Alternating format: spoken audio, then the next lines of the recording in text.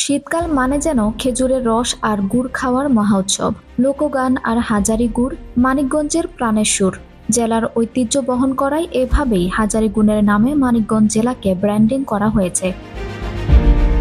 মানিকগঞ্জের ইতিহাস ও ঐতিহ্যের সঙ্গে মিশে আছে এ গুড়ের নাম। অতুলনীয় স্বাদ আর মন মাতানো সুগন্ধের কারণে শুধু দেশেই নয়, বিদেশেও রয়েছে এই গুড়ের চাহিদা। সুদূর ইউরোপেও ছড়িয়েছে হাজারি গুণের ঘ্রাণ ও স্বাদ। জনশ্রুতি আছে, এই গুড় খেয়ে মুগ্ধ হয়েছিলেন যুক্তরাজ্যের রানী প্রথম এলিজাবেথ। এতটাই বিমোহিত হয়েছিলেন যে সেই গুড়ের কারিগরকে উপহার দিয়েছিলেন হাজারি লেখা সিল। ঐতিহ্য, স্বাদ সব মিলিয়ে হাজারি গুড়ের চাহিদা থাকে বছর জুড়ে। তবে শীত মৌসুমে চাহিদা বাড়ে কয়েক গুণ। দেশের বিভিন্ন প্রান্ত থেকে এই সময় হাজারি গুড় কিনতে মানিকগঞ্জে ভিড় করেন পাইকারি ক্রেতা থেকে সাধারণ মানুষ। শত বছর ধরে জেলার হরিরামপুর উপজেলার ঝিটকা, গোপীনাথপুর, বাল্লা এলাকার গাছিরা এই গুড় তৈরি করে আসছেন। ঝিটকা এলাকার কয়েকটি গাছি পরিবার এই গুড়ের ঐতিহ্য ধরে রাখতে প্রাণান্তকর চেষ্টা চালিয়ে যাচ্ছেন। একসময় হাজারি গুড়ের সুনাম এশিয়া থেকে ইউরোপ পর্যন্ত ছড়িয়ে পড়েছিল।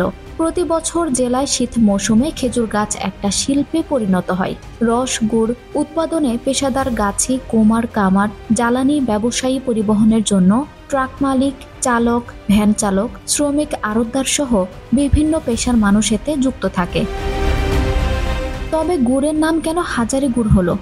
হাজারি গুড় নিয়ে এলাকায় প্রচলিত গল্প থেকে জানা যায়, প্রায় ১৫০ বছর আগে হরিরামপুর উপজেলার ঝিটকা অঞ্চলে মোহাম্মদ হাজারি প্রামাণিক নামে একজন গাছি ছিলেন, যিনি খেজুরের রস দিয়ে গুড় তৈরি করতেন।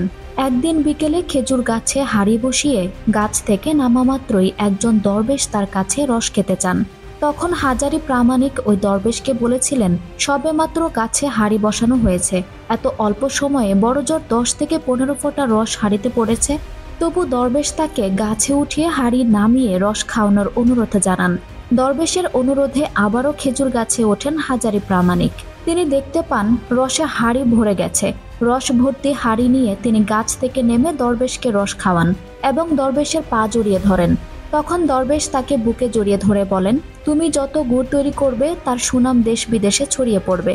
এরপর থেকে গাছি হাজারি প্রামাণিকের নামেই এই গুড়ের নামকরণ করা হয় হাজারি গুড়।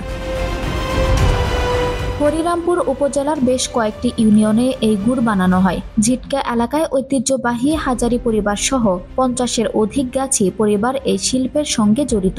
১৫ থেকে ২০ ডিগ্রি সেলসিয়াস তাপমাত্রা এই গুড় উৎপাদনের জন্য উপযুক্ত সময়। আগের দিন বিকালে গাছ কেটে হাঁড়ি বেঁধে দেওয়া হয়। পরদিন ভোরে গাছ থেকে রস নামিয়ে ছেঁকে ময়লা পরিষ্কার করে মাটির তৈরি পাত্রে অথবা টিনের তৈরি পাত্রে চুলায় জাল দিয়ে বিশেষ পদ্ধতিতে গুড় তৈরি করতে হয়।